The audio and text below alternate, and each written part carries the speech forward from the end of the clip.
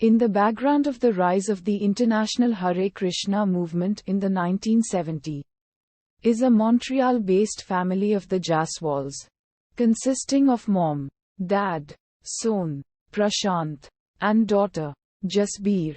Due to differences, Mr. and Mrs. Jaiswal separate, leaving Jasbir with dad, and Prashant with his mom. Eventually Prashant and his mom travel to India, leaving father and daughter behind in Montreal. Mr. Jaiswal remarries, and brings his new wife to live in his home. Jasbir is told by her nanny that her mother or brother are dead.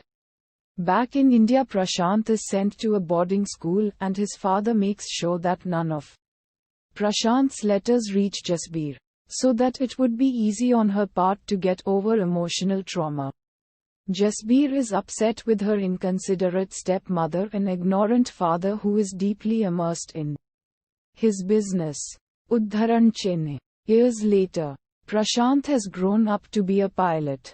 He has received a letter from his dad that Jasbir, who had rebelled and left home, is now located in Kathmandu, Nepal, with a group of hippies. Prashant decides to find his sister and hopefully get her back to the family. When Prashant lands in Kathmandu, he does not find Jasbir, but instead finds Janice, who is indeed his sister with a new name. Janice has no recollection of her childhood, and is always in the company of hippies, spending most of her time consuming alcohol or drugs with them. Udharan. Janice lives with the hippies in the property rented out by local landlord Drona. Drona's real business is stealing ancient artifacts from Kathmandu and selling it to foreign nationals. Michael, one of the hippies, is the one who does all the dirty work for him. Janice's boyfriend Deepak misunderstands that Prashant is trying to woo Janice. Hence they exchange a few blows every time they meet. Meanwhile, Drona has an eye on Shanti, a local salesgirl working in one of the shops owned by him. Shanti has feelings for Prashant, which creates one more enemy for him. Later Prashant and Shanti elope and get married. At the same time, a precious idol is stolen from local temple by Michael, which he hides in Janice's house. Prashant secretly observes all this. Drona tries to frame Shanti for theft by secretly planting another stolen artifact in her house. Later he spreads the word that since the day Prashant has arrived, idols are being stolen and he is stalking local girls.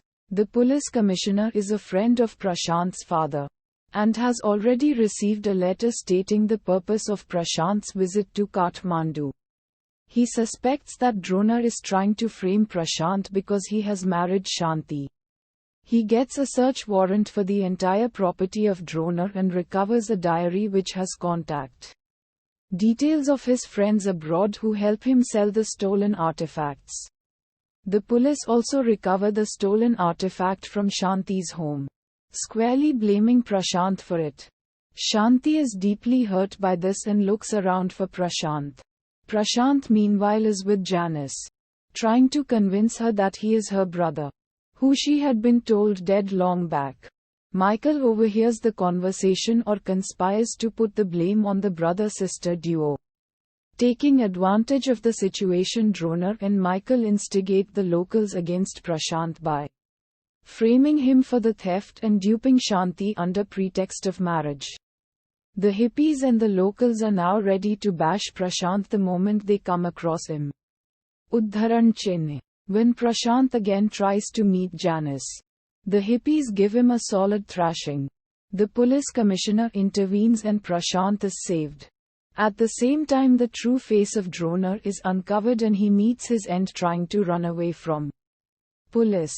Janice sees that both her parents have arrived to meet her and realizes that Prashant is indeed her brother. Janice is deeply hurt that her parents had to see her in this state. She runs away from them and commits suicide. In her suicide note, she tells Prashant how deeply she loved him and she never intended him to find her in this state, and suicide was the only way out for her. Udharan.